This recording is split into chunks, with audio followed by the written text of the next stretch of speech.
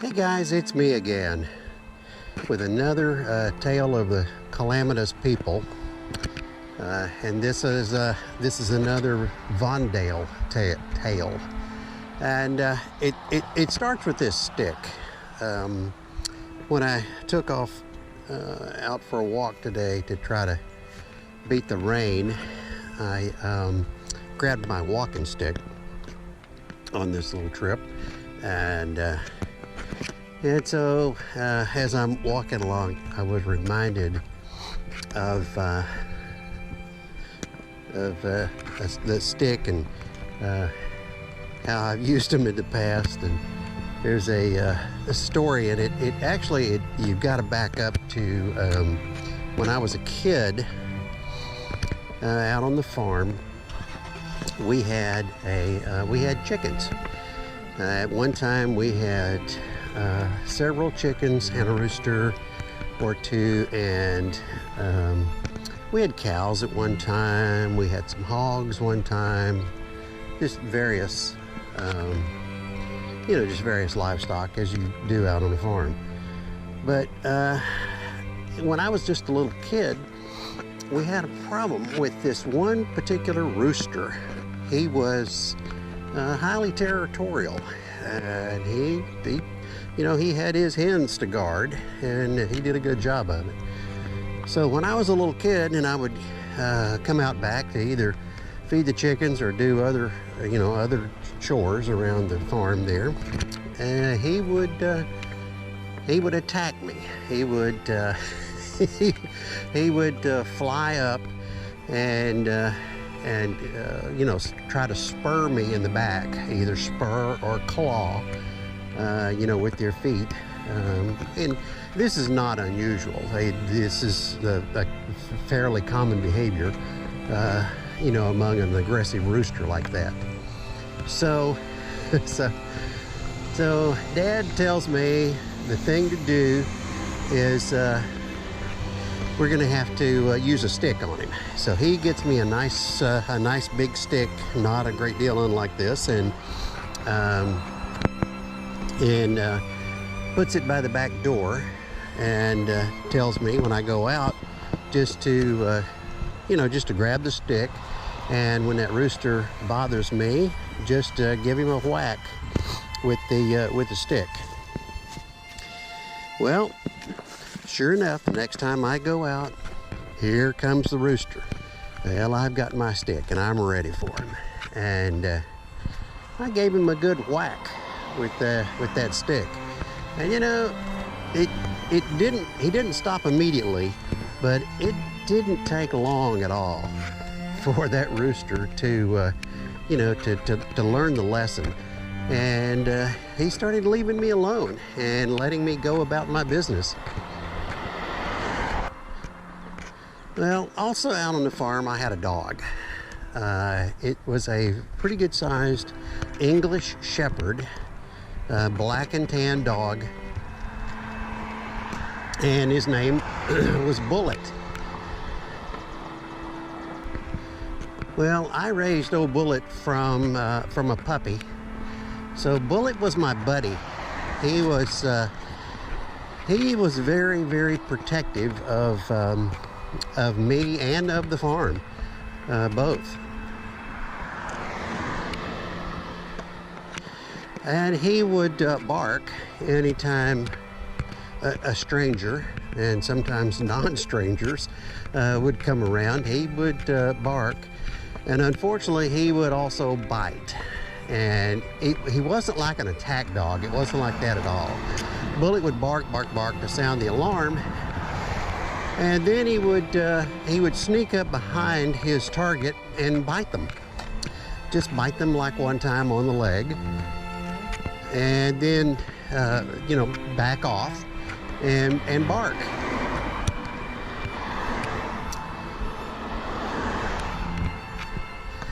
And of course, all the barking was just to sound the alarm, let the family know that there was someone around that didn't belong there.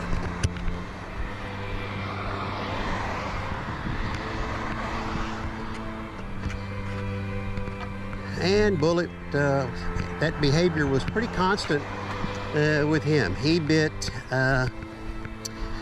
one of my good friends who would, you know, come over to visit. And he even, he wouldn't bite the family, except there was this one time that he bit Dad.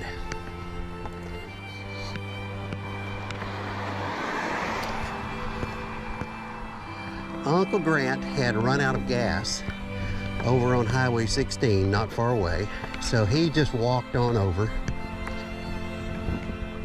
to the farm and asked Dad if he would, you know, get some gas and you know, take him back over and put some gas in his car so he could be on his way.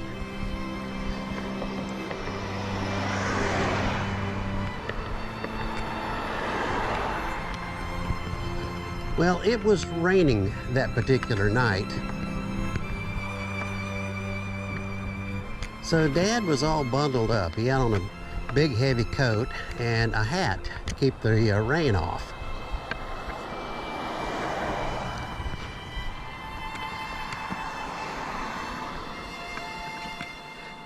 And when he stepped off the front porch, Bullet apparently was awakened by all this commotion and caught him off guard, and he took a little nip at Dad, which was really highly unusual. That was the only time that ever happened. He certainly never bit me or Mom or Granny Rose.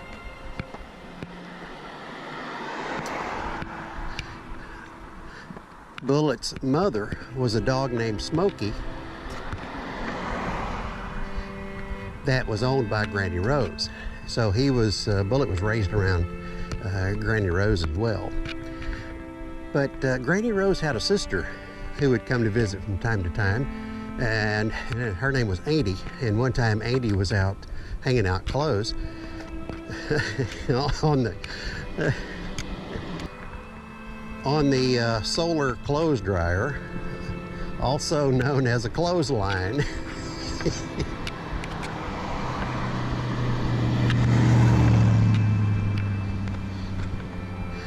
And Bullet caught her by surprise and took a little nip at her as well. Well, Bullet's aggressive behavior really was also an asset, because when we had to move away from the farm, and Granny Rose was by that time a widow and was going to continue to live there by herself,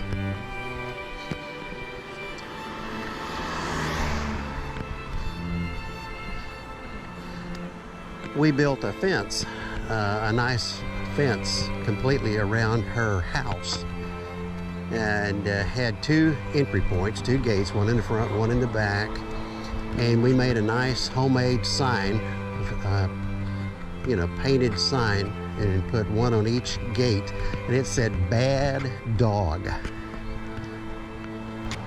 Of course, nowadays you can go down to the local Home Depot or hardware store and buy a ready-made sign that says "Beware of Dog." But we didn't have those back in those days.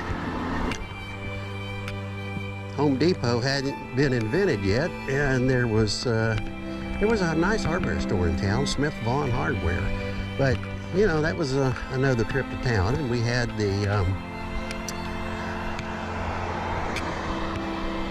the resources and materials available just to make our own signs, so that's what we did. That's what you do out on the farm. So old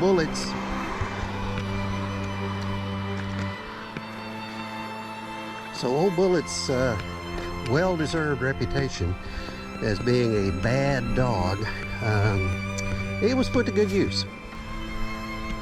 Granny Rose felt much, much safer with that big, loud dog fenced in and on patrol around her property at all times.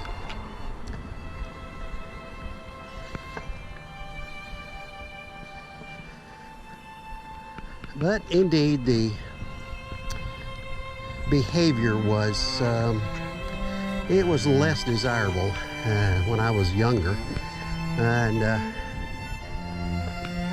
so Dad decided that it might be time to try to do something about it, because the dog would bite. You know, I told you he would bite Grant or anyone really that would come around, including Vondale. He bit Vondale numerous times. So Dad and Vondale got together and they decided that the best thing to do would be to to handle him the same way as the rooster that was bothering me. So Dad got a stick just about like this one and leaned it up against that big pecan tree that's in the front yard there at the farm. And it was a, you know, it was a big tree back then even. So anyway,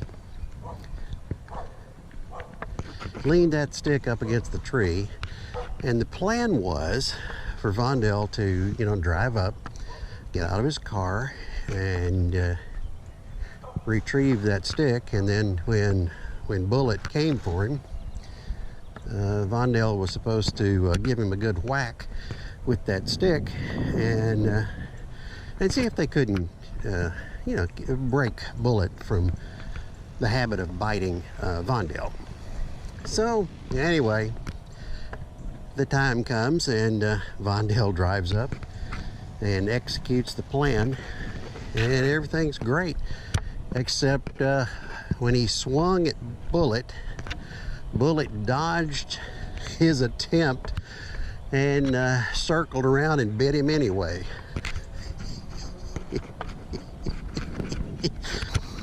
And that was the end of that.